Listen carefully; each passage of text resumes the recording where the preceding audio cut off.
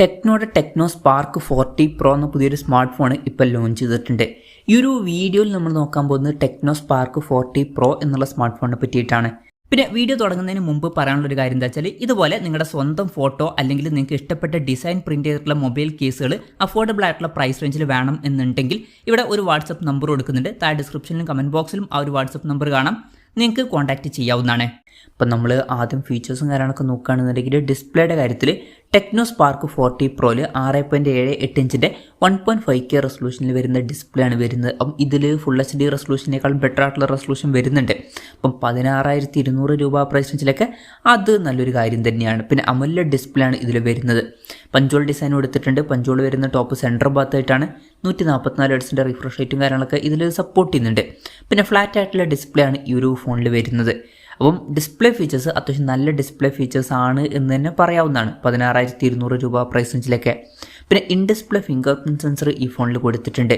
ഫോണിൻ്റെ തിക്നെസ് 6.69 മാത്രമാണ് വരുന്നത്. അപ്പോൾ തിക്നെസ്സൊക്കെ അത്യാവശ്യം കുറവാണ്, അതും നല്ലൊരു കാര്യമാണ്. IP64 റേറ്റിംഗ് ഇതിൽ സപ്പോർട്ട് ചെയ്യുന്നുണ്ട്. ഇനി പ്രോസസ്സറിൻ്റെ കാര്യത്തിലോട്ട് വരികയാണെന്നുണ്ടെങ്കിൽ മീഡിയ ടെക്കിൻ്റെ ഹീലിയോ G100 എന്ന പ്രോസസ്സറുമായിട്ടാണ് ഈ ഒരു സ്മാർട്ട് ഫോൺ വരുന്നത്.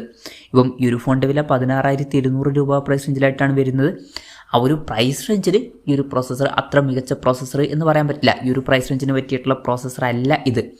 പ്രോസസ്സർ ഈ ഒരു പ്രൈസ് റേഞ്ചിൽ ശരിക്കും ഡിസപ്പോയിൻറ്റിംഗ് ആണ് എന്ന് തന്നെ പറയേണ്ടി വരും. അതുപോലെ തന്നെ 5G സപ്പോർട്ടില്ല, മാക്സിമം 4G സപ്പോർട്ടാണ് വരുന്നത് ഈ ഒരു പ്രൈസ് റേഞ്ചിൽ. ഇപ്പം സാധാരണ 5G സപ്പോർട്ടും കാര്യങ്ങളൊക്കെ കിട്ടാറുണ്ട്, പക്ഷേ ഇവിടെ അത് മിസ്സിംഗ് ആണ്. അപ്പം അതും കുറച്ച് ഡിസപ്പോയിൻറ്റിംഗ് ആയിട്ടുള്ള ഒരു കാര്യം തന്നെയാണ്. പിന്നെ ഈ ഒരു ഫോണിൻ്റെ ബേസ് വേരിയൻറ്റിൽ 8GB റാമും 128GB ഇൻറ്റേർണലുമാണ് വരുന്നത്. 8GB റാമും 256GB ഇൻറ്റേർണലുമായിട്ട് വരുന്ന വെർഷനും വരുന്നുണ്ട്. പിന്നെ എക്സ്റ്റെൻഡഡ് റാം എന്നുള്ള ഫീച്ചർ വരുന്നുണ്ട്.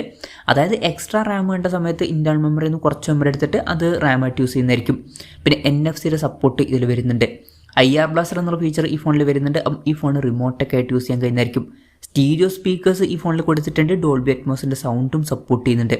പിന്നെ Android 15 ബേസ് ആയിട്ടുള്ള iOS സോഫ്റ്റ്വെയർ ആണ് ഈ ഫോണിൽ വരുന്നത്. ക്യാമറയുടെ കാര്യം പറയുകയാണെന്നുണ്ടെങ്കിൽ ഫോണിൻ്റെ പിന്നിൽ ഡ്യുവൽ ക്യാമറ സെറ്റപ്പാണ് കൊടുത്തിരിക്കുന്നത്. 50 മെഗാ പിക്സൽ ഒരു മെയിൻ ക്യാമറ സെൻസർ ഇതിൽ വരുന്നുണ്ട്. രണ്ടാമത് ഒരു AI സെൻസറും കൊടുത്തിട്ടുണ്ട്. പിന്നെ ഫ്രണ്ടിൽ 13 മെഗാ പിക്സൽ സെൽഫി ക്യാമറ ആണ് വരുന്നത്. അപ്പം ഓൺ പേപ്പർ ക്യാമറ സ്പെസിഫിക്കേഷൻ അത്ര മികച്ചത് എന്ന് പറയാൻ പറ്റില്ല, എന്തായാലും തരക്കേടില്ലാത്ത ക്യാമറ സ്പെസിഫിക്കേഷൻ എന്ന് പറയാം. ബാറ്ററിയുടെ കാര്യത്തിൽ 5200 mAh ബാറ്ററിയാണ് വരുന്നത്. 45 വാട്ടിൻ്റെ ഫാസ്റ്റ് ചാർജിംഗ് സപ്പോർട്ടാണ് കൊടുത്തിരിക്കുന്നത്. Type-C ചാർജിംഗ് പോർട്ടും ഇതിൽ വരുന്നുണ്ട്. അപ്പോൾ തിരക്കേടില്ലാത്തൊരു ബാറ്ററി സെറ്റപ്പ് എന്ന് പറയാം, അത്രയേ ഉള്ളൂ. അപ്പം ഇതൊക്കെയാണ് മൊത്തത്തിൽ ഫീച്ചേഴ്സിനെ പറ്റി പറയാനുള്ള കാര്യങ്ങൾ. പിന്നെ ഈ ഒരു സ്മാർട്ട് ഫോൺ ഇപ്പം ഇന്ത്യൻ മാർക്കറ്റിൽ ലോഞ്ച് ചെയ്തിട്ടില്ല. ഇപ്പം ഉഗാണ്ട പോലുള്ള രാജ്യങ്ങളിലൊക്കെയാണ് ഈ സ്മാർട്ട് ഫോൺ ഇപ്പം ലോഞ്ച് ചെയ്തിരിക്കുന്നത്. അവിടെ ഈ ഫോൺ ലോഞ്ച് ചെയ്തിരിക്കുന്നത് 16,200 രൂപ പ്രൈസ് റേഞ്ചിലായിട്ടാണ്. ആ ഒരു പ്രൈസ് റേഞ്ചിൽ ഈ പറഞ്ഞിട്ടുള്ള ഫീച്ചേഴ്സ് എങ്ങനെയുണ്ടെന്ന് വെച്ചാൽ ഡിസ്പ്ലേ ഫീച്ചേഴ്സ് നല്ല ഫീച്ചേഴ്സൊക്കെ തന്നെയാണ്. പിന്നെ തിരക്കേടില്ലാത്ത ക്യാമറ സ്പെസിഫിക്കേഷനും ബാറ്ററി സെറ്റപ്പൊക്കെ വരുന്നുണ്ട്. പക്ഷേ മെയിനായിട്ടുള്ളൊരു കാര്യം പ്രോസസ്സറാണ്. ഈ ഒരു പ്രൈസ് റേഞ്ചിൽ പ്രോസസ്സർ ഡിസപ്പോയിൻറ്റിംഗ് ആണ് എന്ന് തന്നെ പറയേണ്ടി വരും.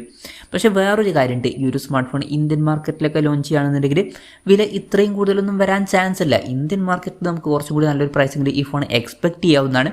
ഇന്ത്യൻ മാർക്കറ്റിൽ ചിലപ്പം ഈ ഒരു സ്മാർട്ട് ഫോൺ ഒരു 12,000 രൂപ പ്രൈസ് റേഞ്ചിലൊക്കെ ആയിട്ട് ലോഞ്ച് ചെയ്തേക്കാം. കൺഫർമേഷൻസ് ഒന്നുമില്ല, ജസ്റ്റ് നമ്മുടെ എക്സ്പെക്റ്റേഷൻ പറഞ്ഞു എന്നേ ഉള്ളൂ. എന്തായാലും ടെക്നോയുടെ സ്പാർക്ക് 40 പ്രോ എന്ന പുതിയൊരു സ്മാർട്ട് ഫോൺ ഇപ്പോൾ ലോഞ്ച് ചെയ്തിട്ടുണ്ട്. ഈ ഒരു ഫോണിനെ പറ്റിയിട്ടുള്ള നിങ്ങളുടെ അഭിപ്രായം ജസ്റ്റ് ഒന്ന് കമൻറ്റ് ചെയ്യുക. അതുപോലെ തന്നെ ഈ ഒരു സ്മാർട്ട് ഫോൺ ഇന്ത്യൻ മാർക്കറ്റിൽ നിങ്ങൾ ഏത് പ്രൈസിങ്ങിലാണ് എക്സ്പെക്റ്റ് ചെയ്യുന്നത് എന്നുള്ള കാര്യം കൂടി ജസ്റ്റ് ഒന്ന് കമൻറ്റ് ചെയ്യുക.